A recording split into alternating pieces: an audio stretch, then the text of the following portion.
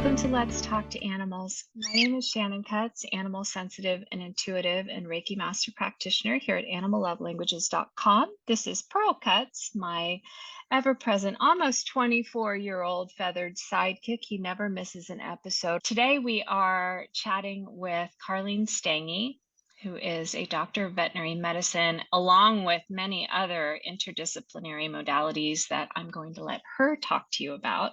I first learned of Dr. Stange through one of my human clients. Who has a family of 5, an interspecies family of 5, and she told me about Dr. Stange's wonderful book, The Spiritual, and I've got a, this is so elegant, I've got a little bookmark here if you're watching the video version for a passage I want to read to her that I love so much. But The Spiritual Nature of Animals, Karlene Stange, Doctor of Veterinary Medicine. It's a fantastic book. And again, we're going to get into that in a little bit here. But we're now in season 3 of Let's Talk to Animals. And the goal here is really to tackle the what's next in the animal communication conversation. And by that, I mean, when I'm talking with an animal, when any animal communicator is talking with an animal, there can be a moment in time where that animal shares a need or an issue that's going on in their lives, something that requires further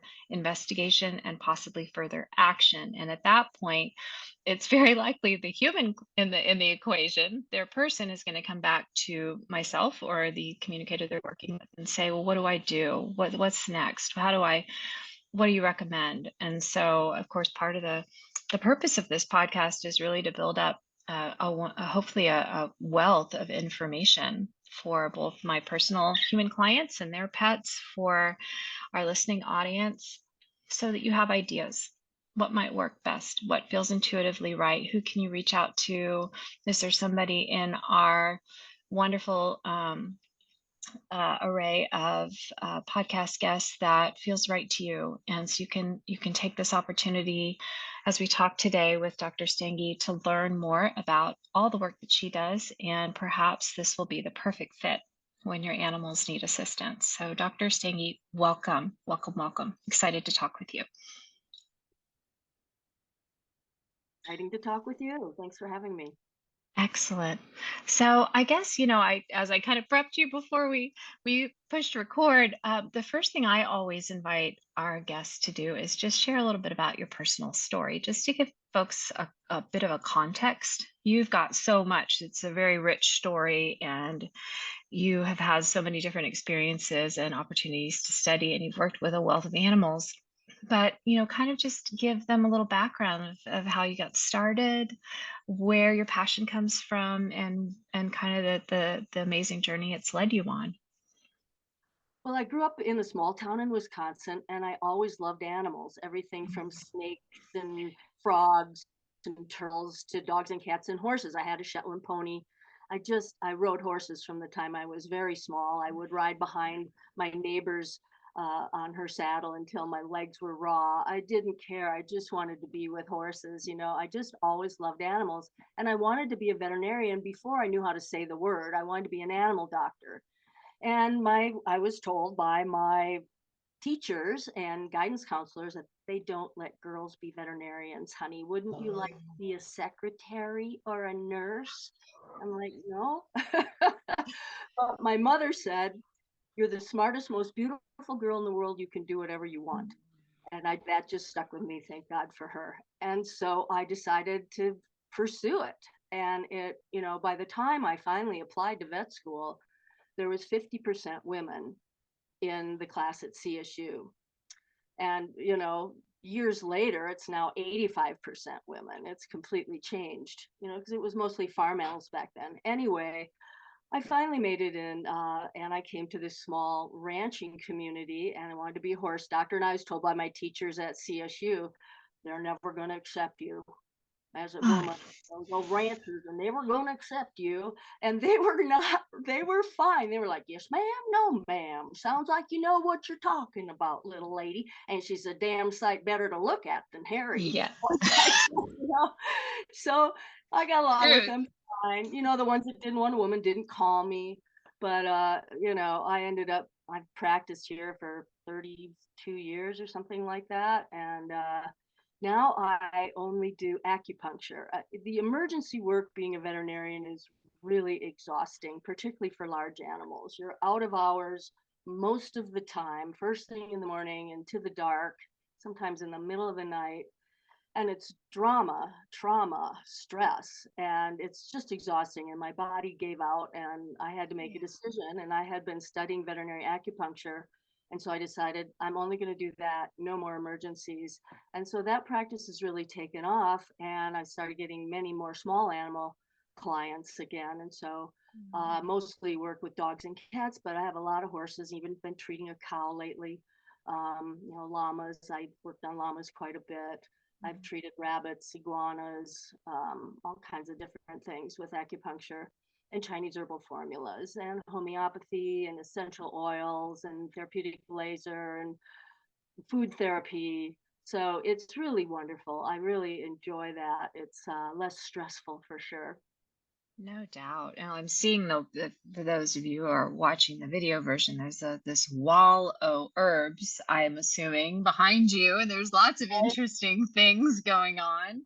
And I'm so amazed by how veterinary medicine has evolved and transformed. I mean, when I got my first parakeet when I was 8, it was just, they handed us, I said, what do we need? And they handed us the cage and the bird seed and the little water dish, and we were off. You know? And it's quite different now. I remember the day I walked into a pet store and informed the clerk that I was looking for some toys for my budgie. And she asked me what my parakeet was eating. And I said bird seed. And she almost shouted me out of the store. She told me I was, my bird was malnourished. And that was my first acquaintance with the development and the new understandings. And today we have so many remedies, and that's a big part of, I feel like, my work as a connector is to just put the word out and just offer folks that may not otherwise realize just how many resources are available and how many modalities we can use, and many of which are much gentler Mhm. and more effective than. Nutrition is a huge one, as we've Yeah. discovered with the pet store animals, iguanas and so on, that are just Mhm. they're given nothing appropriate and they die Mhm. of malnutrition. It's quite sad. Yeah. So Yeah. yeah, food therapy is huge. And unlike the medical field, they're very specialized in their areas and they don't really embrace the whole nutrition part Mhm. as part of their education or part of their teaching to their clients, but that is a huge part of our practice. We always go over the food. And as It's. we're going to talk about is the pulse Mhm. diagnosis. I Mhm. use the pulses to figure out which foods are appropriate for the animal. Well, it's interesting. I shared with you before we pressed record that I just went through major surgery, and throughout, haven't had a ton of appetite.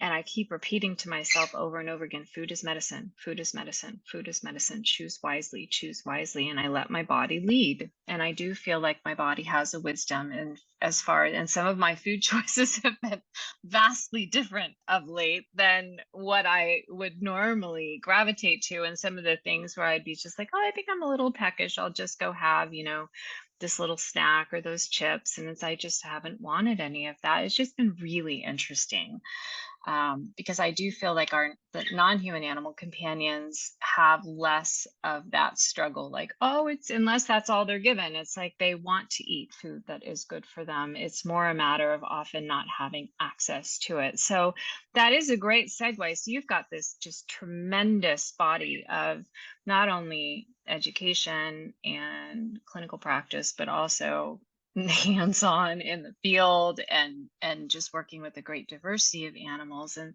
I mean, I really feel like the nature of your work, and your book, the pulse testing work that you do, it's like, yeah, it kind of doesn't it feels so similar to the work I do with animal communication in a sense, because I look at, the being that I'm speaking with, and I in a way don't really quite care what costume they're wearing. It's kind of like I want to take all my assumptions away and just meet that being as they are, rather than going, oh, that's a bird, I know a lot about birds, or oh, that's, a cow, I know nothing about cows, or whatever it may be.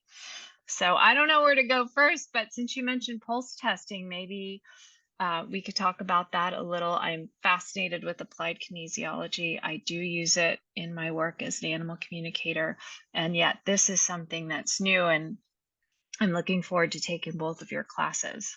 So treat me like I know nothing, and we'll be good to go.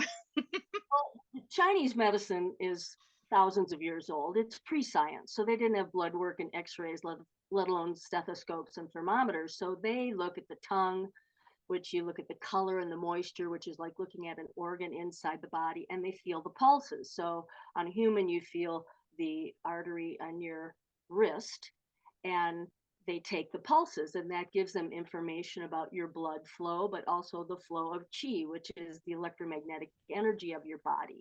You know, you have an electric energy body system because you can get an EKG, right? If a person's in a coma, they do an electroencephalogram, and if there's no electroencephalogram, there's no electric energy in the body, they consider the person brain dead. So the Chinese call that energy qi, spelled QI, and that's good in a Scrabble game for 12 points, QI anyway.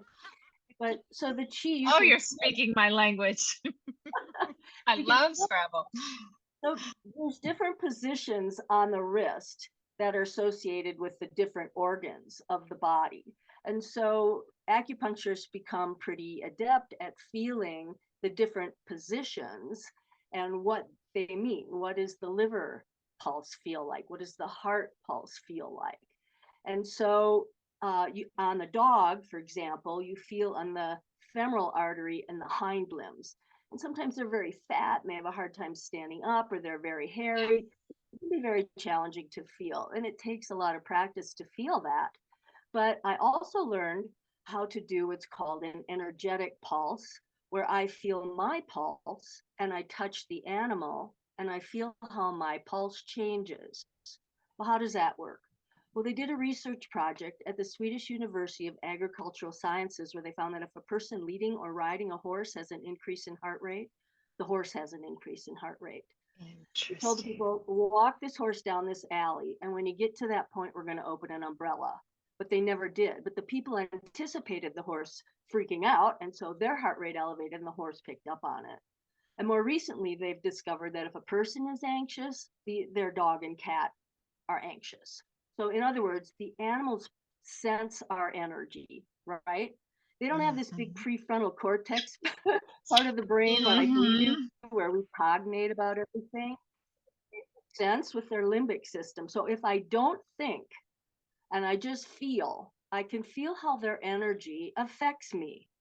Now, that's the biggest problem with my class. The people that have taken my class, they can't stop thinking because it's a lot of information about what position the pulse is and what it means and all of that. But really, I encourage you to just not think and just feel. And after you feel, then you can go back and say, okay, I felt this. What does that mean? You can cognate about it later, but you want to sense, oh my goodness, this position is so much weaker when I touch the animal. What does that mean? Okay, so from that, I gather my pulse diagnosis along with feeling their femoral artery, or in the horse, the carotid artery. And I make a pulse diagnosis. For example, heart yin deficiency, heart blood deficiency. So I see a lot of dogs, for example, that come from the reservation here, the Navajo reservation out in Arizona and New Mexico and such. And they're just strays. So they're often very malnourished and they don't have a lot of love. Sometimes they're abandoned. People aren't really taking care of them. They're throwing rocks at them or whatever. And even though a lot of Navajo adore their dogs, they love them. It's not like all of them keep them in the home and so on. And so I see a lot of heart deficiency. Now, in Chinese medicine, the mind is in the heart. Okay, so we're more emotional than rational beings. So there's a term in Chinese medicine called your Shen, which is the spirit that resides in the heart, and the eyes are the window to the heart. So you look in an animal's eyes and you can get a sense of their Shen. Is it bright and shiny? Is it diminished? Is it disturbed? Okay. So, say I have a dog in here who is rescued. It may have a pale tongue, it's malnourished, dry coat, and the heart pulse is weak. So that would be a heart blood deficiency. So not only do we nourish it with Chinese herbs and acupuncture, but food therapy, uh, and perhaps some essential oils for tonifying the heart and loving, and just, then communicating with the animal about that was then. You had that upbringing that was hard and lonely, but now look at, you have this person who adores you so much. So you can forget about that. That's done. That's the past. Now you're here and you're safe and you're loved. It's amazing how they can let go of the past so much better than we can. It's definitely resonates in their body, you know, a disturbance of the Shen, for example, a trauma, like you've just been through a trauma. So your Shen is disturbed. So you need a little bit of Shen tonification, right? Some heart soothing herbals and things, acupuncture. So, but yeah, that's over now. And the animals go, oh, okay. Now I'm okay, great. They seem to let go quicker than we do. It's really remarkable. I often share this story with my animal communication students of watching a dove get predated by a hawk and watching the little dove escape somehow. It was a plucky little dove, and stand up on the ground and just kind of just do this shaking thing with their feathers. And actually last week I was watching a video from one of my intuitive mentors, Sonia Choquette, and she talked about shaking off strong emotions and just shaking your body. And it just feels like when we can drop into the feeling space and we can actually allow our body to move it at the E motion, to use a tired cliche, out of our body and not think it to death, which just feels like re-traumatizing ourselves over and over and over again. It's like, yeah, my natural preset is to stay anchored in the present moment. That's the only way I can avoid being plated and served. So, if I'm really out in the greater food chain of life. And all these helps, it's like I am struck again and again how I will overextend myself for my animals' well-being, but may neglect my own. And it's like my state and my energy impacts my animals as well. And if I'm holding on to, and often I feel like that does come along with the territory, even as animal communicators, as folks that work with both the animal and their caring human guardian or foster or rescue worker, or I don't love the word owner, but family member, their human family member. It's as much about encouraging that human. How about some self-care? How about some you letting go of your dog's sad story so that they have an easier time letting go as well? Do you ever find that crosses over, or you find that you have to work with the human as well? Always, always. Yeah. They're a unit. They're a unit. They come together. It's a human animal bond, and they're affecting each other's energy all the time. And sometimes I really wonder how much of it is the human. Mm. So a quick story. I was taking a pulse class from my teacher Ari Thorson, who's oh, he's a salty old clairvoyant Viking. Okay, he's from Norway. He looks like Gandalf. I Okay, love and it. one that taught me my pulses, and I was in Banff, and we were taking this pulse class, and he doesn't touch the animal anymore. He does it by looking into their heart. And so I had never done this before. And he's like, just look in the heart. And people are touching the animals. And I'm like, this is hard. He goes, just block that out. So he goes, this dog has a heart deficiency. And so it's a golden retriever. And I'm checking it and checking. I'm like, I don't get it. He says, try again. And I'm feeling my pulse and I'm looking in the dog's heart. And then the owner, the caregiver, touched the dog and my heart pulse sank. And I said, when she touches the dog, it does. And he goes, he looks at her and he looks at her in her heart and he feels his pulses and he says to me, you're right. And he says to her, what happened to you 3 years ago? Because he taught us how to figure out how long ago the trauma happened.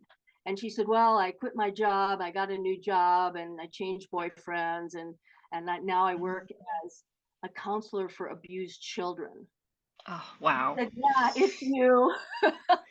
You're the one. So he treated her, right? So, but again, they're a unit, so, but sometimes you can't say, your dog is anxious in the car because you're anxious, it doesn't, and when your dog's aggressive because you're uptight when you see another dog, it's hard. It's a tough thing to, I try not to get into it too much. I'm not focusing on animal communication except for with my clients. For sure. Yeah, That, absolutely.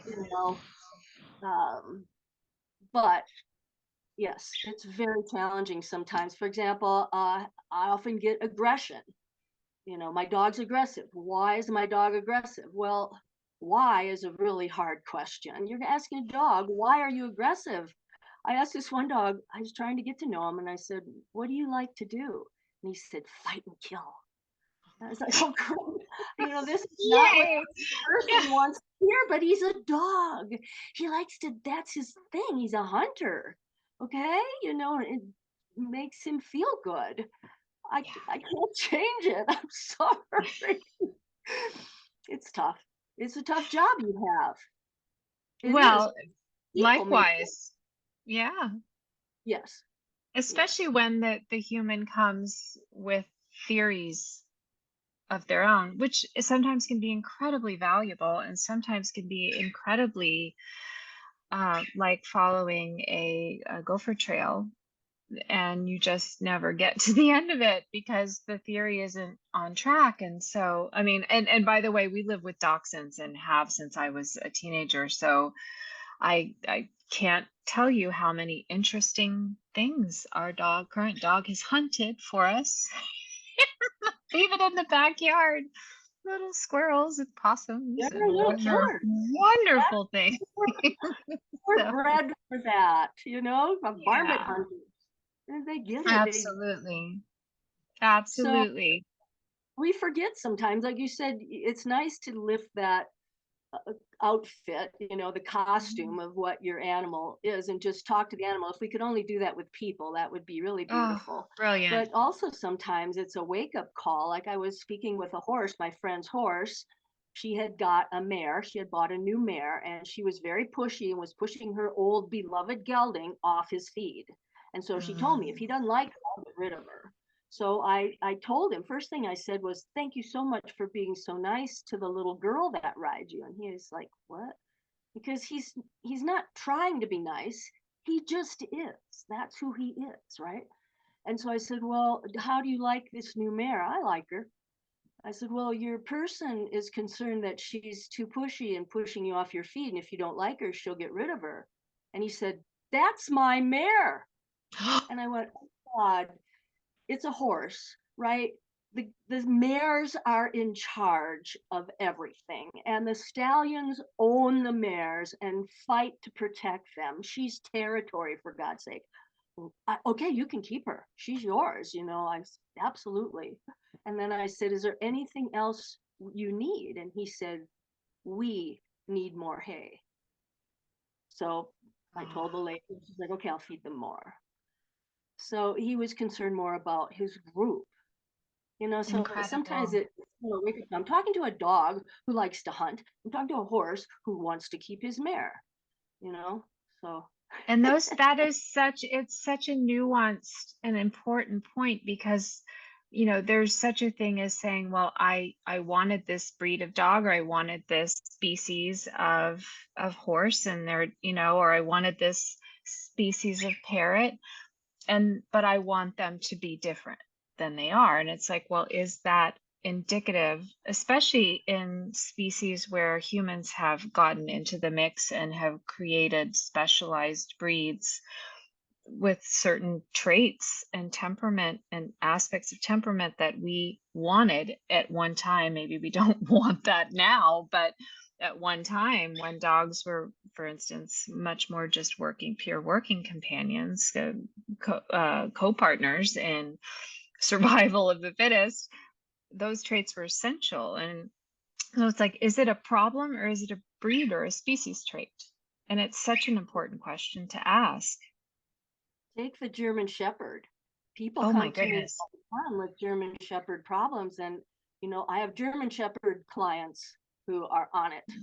They're commanding the dog. The dog is, yes, ma'am, yes, sir, I'm on it. I'm doing exactly what you say. I'm getting lots of exercise. I'm being fed properly.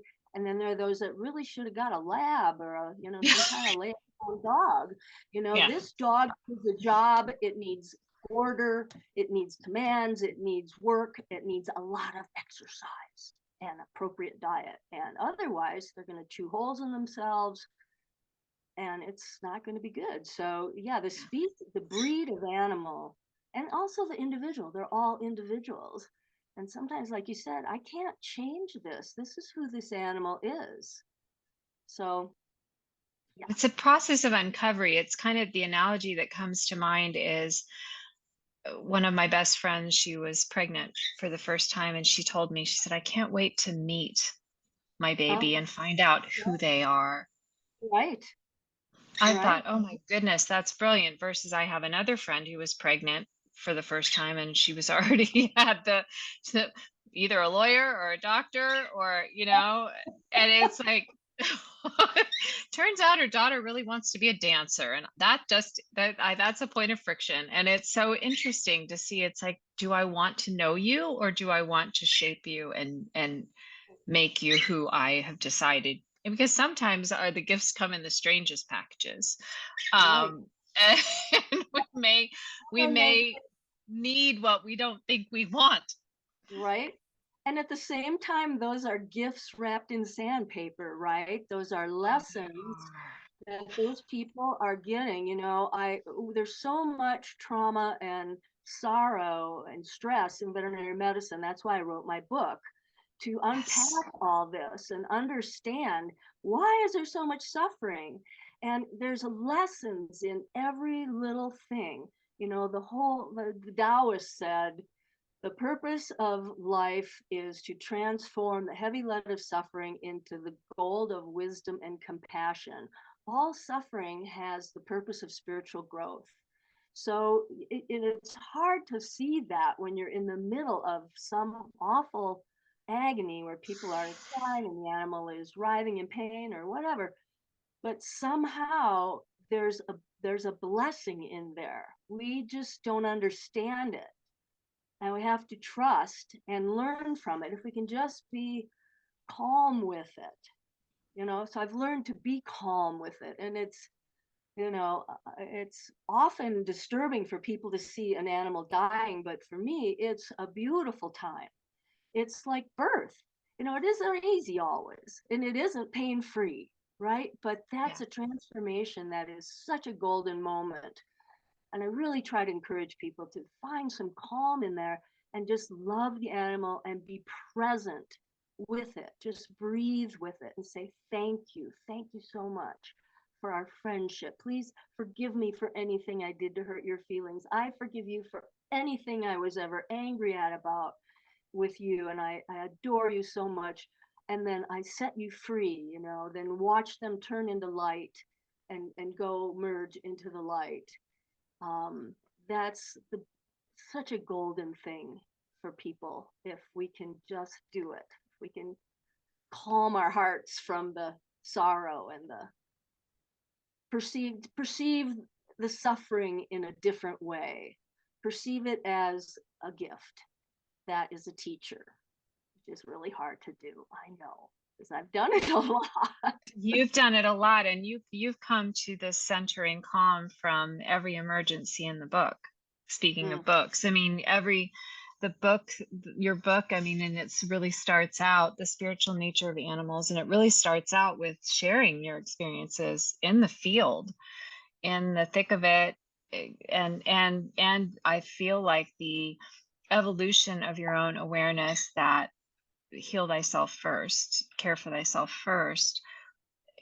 And at some level, if we don't tend to our own needs first, it's kind of like that old cliche about the oxygen mask when we're and we're in the plane, and it's like, well, yeah, you can help this animal and maybe the next one and the next one, but there's going to come a point of no return where you are no longer well enough yourself to help anyone. And I mean, and I do feel like there's a natural progression of even maturity of, seeing the whole spectrum of what's going on in Right. our animal friends' lives, and then making an informed, from mind and heart, choice of where can I do the most good? Where is my passion calling me? And where do I feel uniquely equipped to maybe specialize? Maybe, it's like we start out kind of as generalists. We start out kind of surfing and surveying and thinking, where do I fit in to this bigger picture? What hat it, should I pick that will allow me to be of the most service? And recognizing that's not to take away something essential in the field, but that maybe there's somebody else who then will step into that role. They've just been Mhm. waiting for us to move. When my book was being published, Marta Williams, the animal communicator, called I me used and her told for many years before. She used to tell me, you can do this. And I just was like, I hear nothing. I don't believe you. I love her. Okay, right, go ahead. she endorsed my book, and she called me and told me, you're right, the animals mirror us, but we mirror them too. Everything is a mirror, right? So it's all just a reflection back at us. So one day I was in my bathroom and there was a cricket in the sink and it was missing a leg. And I thought, oh, poor Mm. thing. I don't like to kill things. So I caught it up in a tissue and I went to take it outside, and I opened the door. And as I opened the door, it fell out of the tissue, but right at the door sill. So I opened the door and it crawled out the door, and I shut the door behind it. And I have a long window right next, and I looked out and there was a frog on my porch. I've never, ever, ever before or since seen a frog. This is a desert. We don't have frogs, okay? Right? Yeah. The frog took one hop and ate the cricket, right? I mean, that's His what catered I went, lunches are awesome. oh my God, what does this mean? Well, here I am, veterinarian, trying to save every pitiful thing. How can a cricket even function without a hind leg? It can't make sounds, it can't hop, it can't do. This poor thing needs to be euthanized, right? This is, and I'm saving it because I'm a veterinarian, right? And this frog's like, I'll take it. Boom. Like he was waiting there for me. Like the universe sent him to get a meal just from me. It was perfect. It was like, you can't save everything. Okay. Your job is sometimes to help the animal die. That is sometimes your purpose. And that's okay. It's sad. You feel like, I'm a failure. I didn't fix it. Well, fixing it was letting it go. Right. So that's a hard one because we always want to fix it. I want to save them all. And I can't. That's We not. get so attached to the cuteness or the functionality, or I mean, I'm going to go with cuteness because that's what we've got here, but right, Pearl? But so many of I've experienced that so many of my first time animal communication clients come because they've lost a love, and they don't, it was the animal was their best friend and their confidant, and it's at times the only truly positive presence in their life, and at least on a couple of occasions the only one that human had ever truly allowed themselves to truly love and just open up to. And then there's this attachment to the physical that goes beyond all reason, oddly, because there's this feeling of continued connection and there's this thinking that the connection is broken, and trying to help bridge that gap. And let's reconnect. There's a way to reconnect at an energetic and, as you say, the spiritual nature of animals. I mean, birth, death, these are two things that we share in common with all of life. I mean, in even in the imperfect understanding that we still have, it's not a stretch to imagine we're more alike than different. And if we still feel the love, then the connection is still alive. But Mhm. getting to that place, and it's a delicate process, because we just look for the thing. Like if I'm attached to this little thing here and it's not there anymore, and it's like I there's this, my mind is saying it's gone. We have to sometimes challenge that and say, are you sure? What if we feel our way through this? Does it feel gone? That's true. I had a very old man in my office one day, and this is a huge thing you're bringing up. And he had a Yeah. very old husky, and I was treating it, and he said to me, "What am I going to do when this dog dies?" I said, "Get another dog." He goes, "Oh, I can't do that." He goes, "But when I walk my dog, people talk to me." I was like, Mm. "Oh God, okay, dog, get it together. You gotta live a little longer, because, you know, I mean, but what did the Buddha say? You know, all of our suffering comes from clinging. We have to let go. He's going to transition. The dog's got to transition. We have to be able to let go, and it's a hard thing to do. It's a clinging that makes us suffer. We have to learn to let go. And like you said, they're still there. They didn't really go anywhere. They're just on the other side of the veil. The physical buddy that walks with you and makes people stop and go, "Oh, hi, who's your dog?" That's gone. So your life is changing, and that's hard when you're old, and it's hard. But yeah, so we have to have a lot of compassion in this business of with our people, not only with Yeah, the animals, but people are animals too. I think we we forget are. that they're just dumb animals too, and they do the stupidest things, and you have to just kind of Yeah. forgive them and love them anyway. I mean, you'd forgive and love the dog, right? But the people you're forever angry with. So we They're have to really just not kind of as cute. open our A lot of hearts to the times they're not people as as well. cute.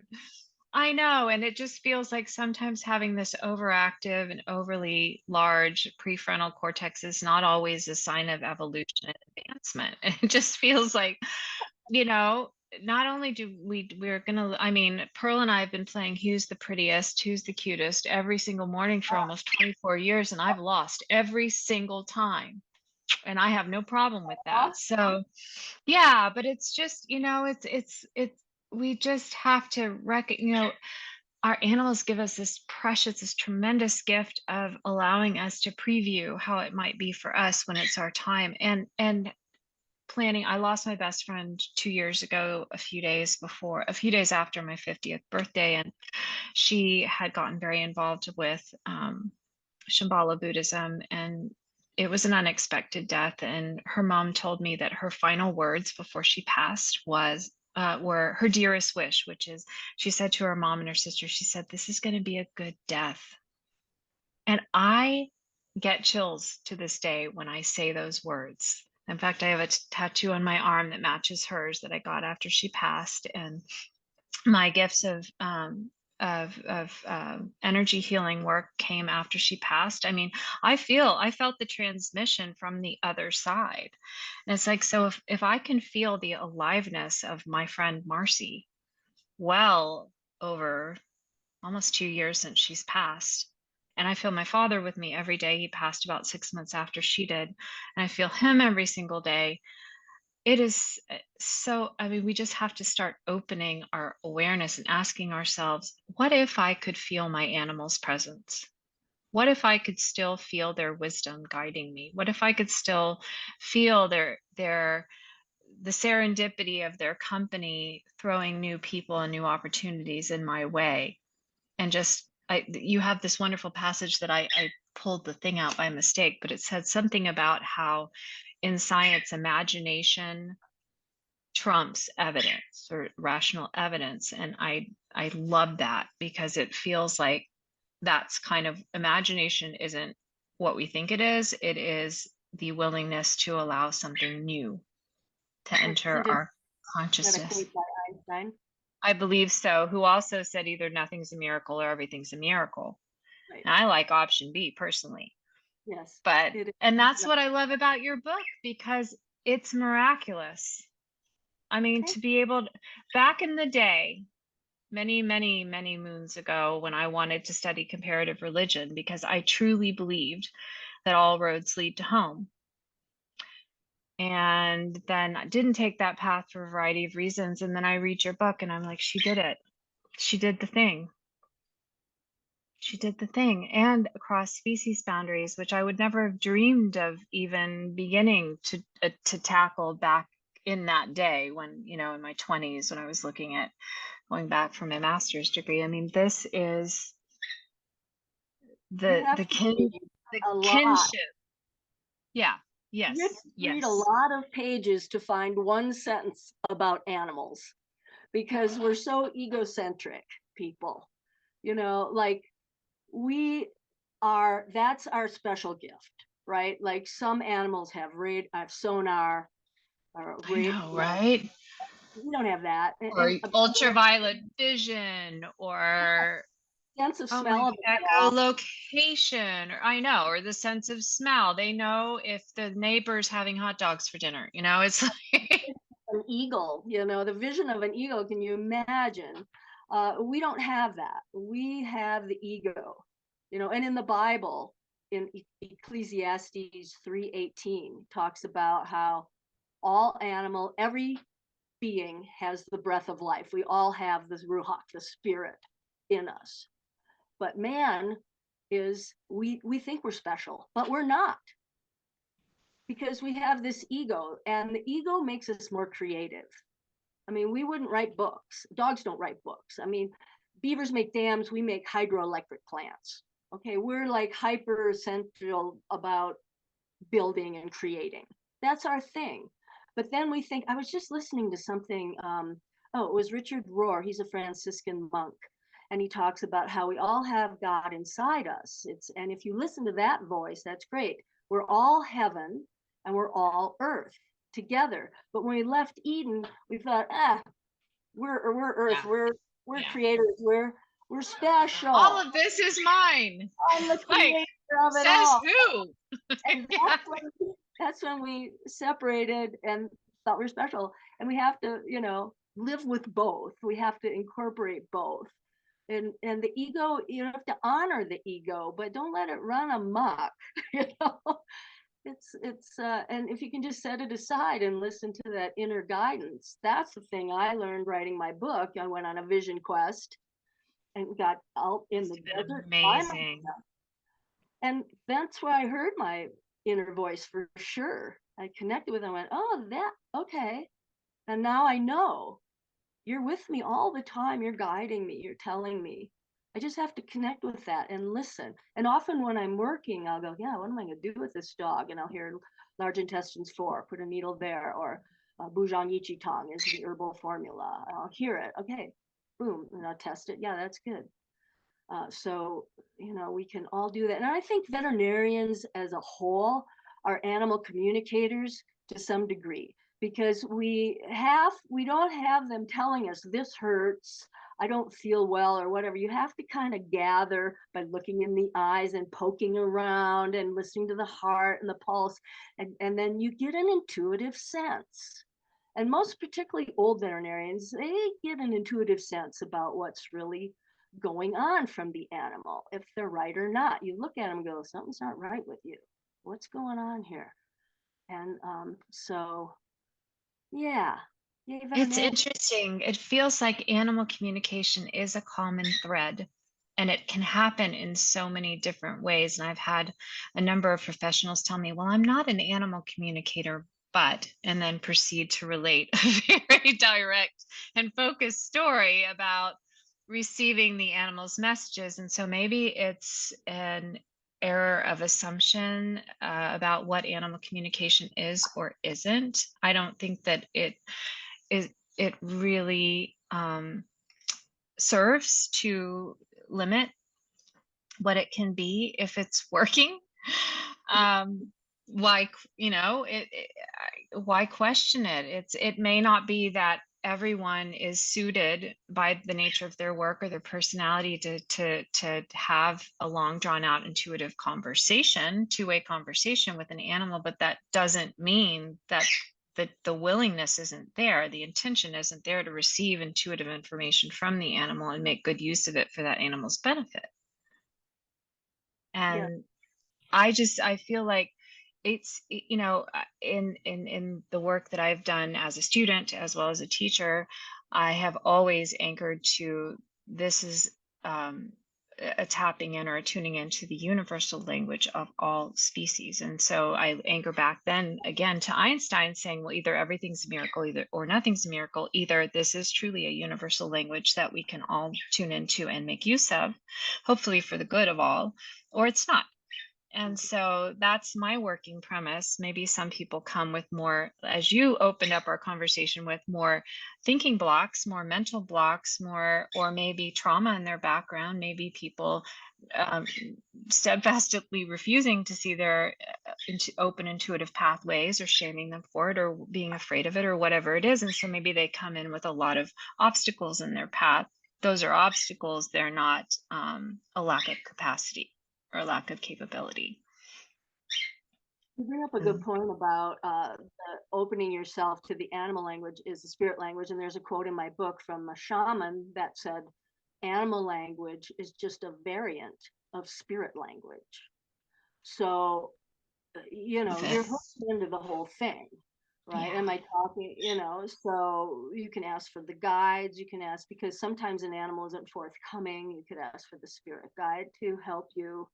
You could ask for a friend of the animal who's in spirit realm to help you. Some animals, I don't know if you're familiar with 5-element theory. It's a Chinese theory. I have a picture right here, but some animals aren't talkative, right? No, they are not. Right? So the fires, they're like, Yeah. right? They were We have a setters. fire. We have a fire right here. The metals don't have anything to say. They're the workaholics. Okay, they're the hunting dogs, the herding dogs. They want to do their job.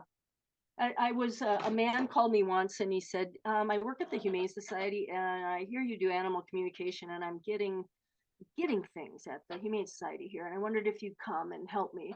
So I went there and I said, okay, pick out a dog. And he picked out this big gray pit bull. And I told him what to do: to sit down, make a protective light around you, maybe say a prayer, whatever you want to do, and connect your heart, a light between your heart and the animal's heart, and then ask a question. And he did. And he said, I'm not getting anything.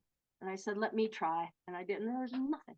This dog had nothing to say. I just laughed and laughed because he was gray like metal. He sat there like metal. I said, this dog is not a family dog. This dog is an old man sitting on the porch reading the newspaper kind of dog, hanging out with a job, and that's it. Love it. And So that's where, it's so important, because what you just said about what I often ask my students, if this animal, it's just another way, to receive information. If this animal had a human job, what job would they have? If this animal was a cartoon character or a superhero or the protagonist of your favorite novel, who would they be? What kind of clothing would they wear? Would they like the mountains or the ocean? Would they like a dark room or a light room? It's like another way to play with the energy and receive. And it's like that. And that is because it's true. Just like, about, I happen to be a highly sensitive person, and I often work with highly sensitive pets. And, about 20% of any population, from everything I've read, can be wired this way. And there are evolutionary reasons for it. And it's like, so when I encounter that personality, that temperament trait, it doesn't really matter what species I'm talking with, I can recognize it. And so there are so many ways. If somebody doesn't want to talk to us, if we get really creative, we can find other ways to receive the information that we need to serve them in the way that is for their highest benefit. And so we have to respect that. It's just like encountering grandpa, he has 5 words to say, and they're going to come out slowly. Or a teenage, right? Yeah, exactly. I had a 2-year-old German Shepherd in here one day, and I said, how are you? Fine. What did you do today? Nothing. I was like talking to a 17-year-old teen boy, I don't got nothing to say to you, lady.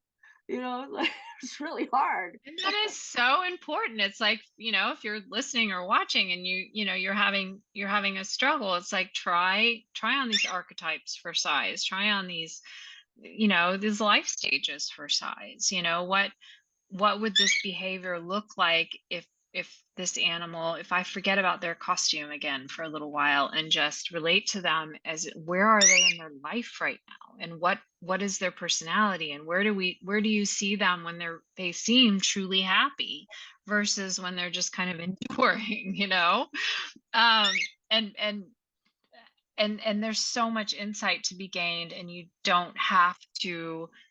I don't feel like, it's important to say, oh, I'm an animal communicator if that doesn't sit well with you or it doesn't work for your profession or the communities you're trying to reach. So be it, but understand that it's happening regardless and that it can be useful in all kinds of ways. Our intuition is really a great idea generator. Has lots of good ideas. Wouldn't be doing the work I'm doing today if it hadn't been for a lifelong meditation practice and waking up one morning shortly after my best friend had passed and hearing the words, "You are an animal, sensitive and intuitive." And I thought, that's fantastic, but I have no idea what that means, thanks for sharing. Could you and worked my way through the process of understanding, and here I am. But man, I was open. I showed up with open listening ears for whatever was there versus coming and going, well, it needs to happen like this, and the animal needs to be chatty, and it's like we can get information just through the animal's willingness to allow themselves to be examined, to allow them their pulse to be. I mean, an animal doesn't have to share their pulse with us if they don't want to. An animal doesn't have to share anything with us if they don't want to. Right. Asking permission is a nice thing to do. Huge. It's very nice. We wouldn't just go barreling up to any stranger and go, "Can you tell me how your bowel function is?" Like, you at least want to say hello first. Good point. I mean, so we've come to on that note, we've come to the it's just nice to do a little getting to know you. But on that note, that we've covered a lot of ground. I mean, I would recommend anyone who's interested in the work you're doing to start by reading your book and take your pulse classes. It's a great overview. But what else would you recommend, especially if somebody's listening to this podcast or watching and is worried about their animal or does feel like they need more resources, or they maybe something that you've mentioned with the work that you do today, maybe they feel like this might be a good fit. Where would you have them start? I would start with your inner guidance. Learn how to connect with your inner guidance, just like you did in meditation. You have to get quiet and be with yourself. And we're too busy. We're so distracted with the internet and everything else we got to do. We got to play games on the phone. And, we can't stop for a minute and just be with ourselves because there's too much pain in there and there's anxiety and there's all these other things. And we have to learn to quiet that somehow, primarily, so that we can connect with that God part of us, that inner guidance, our true self, whatever you want to call it, your conscious, your subconscious, your higher knowledge. And that will tell you. I just muted myself. Yeah, I muted myself. That was intelligent. The place that has our hunches or our aha moments, or the place where we feel the center of ourself, however you get there. But I love that. So Vision Quest could work, going on a retreat. Sometimes you have to get rid of the devices, get away from the people and just find a way to be by yourself, even if it's just for 5 minutes in a room by yourself, and sit there, say a prayer, or however you connect, take depths and breaths, count your breaths, and just listen. You can ask a question, thank you guys for helping me with everything, first of all. Thank you, all my relations. Thank you, divine love, for being with me, for protecting me, for keeping me safe, for guiding me. Thank you. Tell me, what do I do with this, or how shall I proceed? And then be still and listen. And let you, that's the number one thing you can do, because then you will be able to listen to the animals. Instead of trying to fix it and change it, Yeah. you got to hear it and know it first. This is the hardest part. Same thing with the pulse class, is just feel. Everybody wants to think. You have to not think. It's not a thinking procedure. It's a feeling. It's clairsentience in a way. You feel. And now I touch the animal and I feel. And what is happening there with the feeling, you can analyze later, but shutting the mind down is bliss if you can do it even for a split second, is it not? When It's you so much so. And I feels like that's the stumbling block. Anybody that's ever tried meditation is like, oh, I'm not good at it. And it's like, no, you're just aware of what's going on upstairs. And it's like, no, thank you, less of that. And so it just takes a process before I liken my mind to an unruly infant or a toddler who just needs a little focused direction. It's like if the toddler has something you don't want it to have, you don't just take it away and leave it with nothing. You give it something else. And so I like to give my mind the job of counting my breath or noticing its own thoughts and watching them come and watching them go and getting really, well, what shape was that cloud? And just, really giving my mind a place to park itself that feels a little, because I truly do believe our minds do want calm, just like the rest of us, but they don't know how to do anything but think. So we have to show them the calming thoughts. Exactly. Very well said. Thank you. It's like a puppy too. It's like a new puppy running around. It's a new. Well, I love you very much. Sit. Stay. Good dog. Now I'm sitting here and I'm staying. Oh, just that second of that breath. I didn't think, and that felt so good. So good. So good. That's the place to start. That's the place to start if you're having trouble in any aspect. At least that's how it was for me. That's what really changed everything for me, was finding that space of connecting with spirit by letting the physical, and it keeps going. You just notice it. Oh yeah, there's some flotsam over here about that. Okay, bye. Oh, there goes another one by, like the cloud behind you there. It's just floating by. Mm-hmm. I think that's why I've got that back there. For those of you who are listening, I have a little neon sun and cloud behind me on the wall. And I think it's just a reminder. It's like I have another one in the other room. I have a painting of a cloud that's raining hearts. It's like it's raining love. It's raining serenity.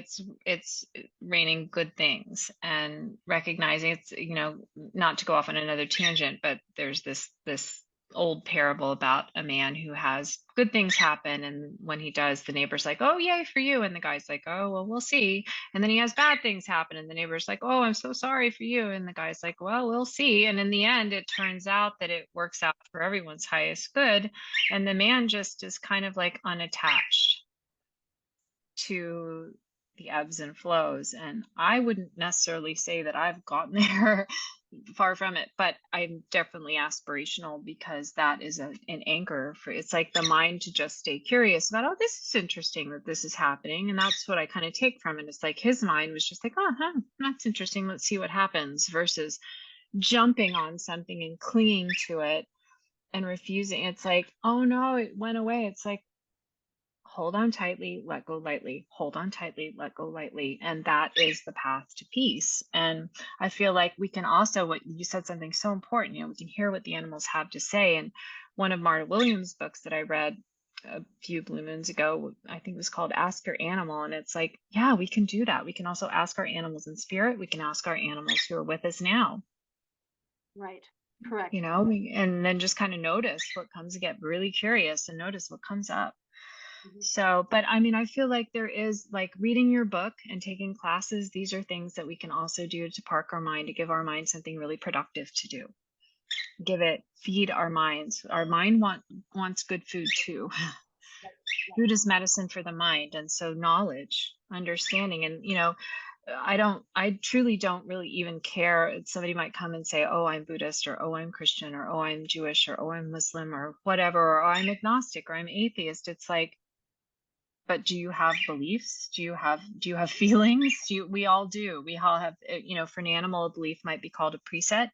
I don't want to go behind that tree because once I went back there and there was a saber-toothed tiger. So, and that just gets codified into a set of behaviors that in the human mind we might call belief. But for whatever reason, it's like we can still find that inner sense of connectedness. We can still find that inner sense of an internal moral code. We can still find that internal sense of benevolence.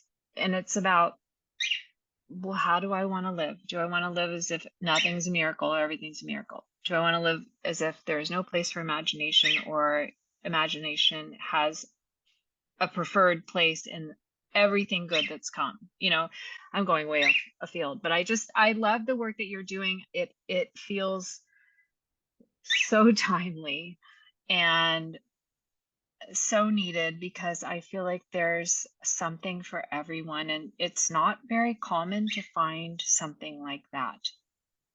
You know what I'm saying? Like, to find a place where, okay, maybe, you know, someone doesn't resonate with every tradition that you touch on, or for whatever reason, but there's a place that everyone can find themselves, and that's a point of connection. And then we're taking it across the species boundary, and it's like, yeah, you're my best friend, and I'm going to need all the help I can get if you ever decide to transition. Well, science tells us that energy is neither created nor destroyed. It merely transforms from one energy state to another. So I ask you, right, so if someone shoots a bull elk with an arrow in the heart and that elk dies, where did that raging, rutting, bugling elk energy go? Where did it go? Okay, it didn't just suddenly transform into meat. The meat was there to begin with. So that energy, okay, if you're just scientists, then the photons of light, maybe they became light, maybe they became wind. It went somewhere. And then that transforms into something else. So, you know, it was a pretty organized, energetic field. So I don't know, but maybe it went back into another body, or maybe it went to a spirit realm. So a scientist, you know, I've spoken on science to various groups of people, and posed that question, you know, where did that go? And you can look it up online, and they'll say, you know, the photons continue somewhere. Something went somewhere. So, you know, there's a lot of wonder and magic, like you said, out there. So there's so little that we know. When I first started writing this book, you know, animals didn't have feelings, animals didn't have souls, they aren't conscious. Now there's National Geographic channels about all these magical qualities that animals have. I mean, it's changed dramatically. So dramatic. From the time I started doing research for that book, which was 20 years of research. Amazing. Yeah. Yeah. Easy to see. And they're concluding, the scientists are finally concluding what I said, the same thing, is that we are finally getting wise enough or conscious enough to recognize the consciousness and the skill levels that they have with their sonar and so on. So, and we can't even touch the sense of smell of a dog. There's no way. I know. We don't have equipment. You know, we can postulate what they sense. Like, you know, dolphins too, they'll sense a tumor in your body and come up. How do they do that? I mean, it's amazing. So we have a lot to learn. Yeah. I'd like to give you just a couple of things I for love it. people that are watching. If they're looking for a veterinarian who does traditional Chinese veterinary medicine or acupuncture, there are a couple of websites where you can do Find a Vet. Okay, one is tcvm.net, and that's traditional Chinese veterinary medicine.net, and there's a place you can put in any address and they'll tell you the nearest vets that do Chinese medicine with herbs and acupuncture. There's also IVAS, International Veterinary Acupuncture Society. That's www.ivas.org. And my email address has changed. You can email me at info@animusanimals.com. Animus is the name of the river that goes through Durango, and it's a word that means spirit in Chinese in Latin. It means spirit, and it is the root word of animals. So Animus Animals is my veterinary practice name. So info@animusanimals.com. Thank you so much for that, because normally I mention the website at the beginning of the podcast, and I got so excited to see you that I didn't do it. So Oh, I'm very glad that you did it. animals, Oh, well, animals, thank you. very Dr. good.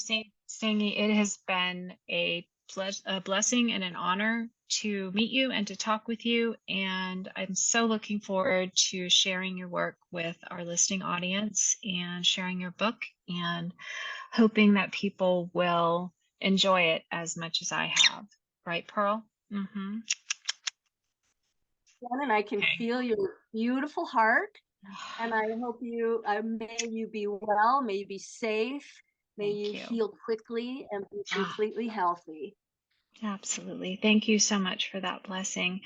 And for those of you who are watching and listening, thank you so much for being with us today. Thank you for enjoying our journey and participating and charting your own course forward to understand how very thin the species divide truly is. That's what Let's Talk to Animals is all about. And I want to encourage you, if you're just finding us, many of our listeners find us because a favorite guest catches their interest. And then you have a number of opportunities to listen to so many of our other wonderful guests as well. You can find that all at animallovelanguages.com/podcast. And you can also find us on pretty much all of what I hope are your favorite platforms, as well as YouTube. And if you do not find your platform, you can email me at shannon@animallovelanguages.com, and I will do my best to work my magic behind the scenes and figure out if we can get the podcast over there for you. So thank you again. animusanimals.com and animallovelanguages.com is how you can find us. And we look forward to welcoming you back next week for another wonderful podcast guest. And Dr. Stange, I hope you have a beautiful rest of your day. Thank you again for the generosity of your time today. Truly appreciated. All righty. Bye for now.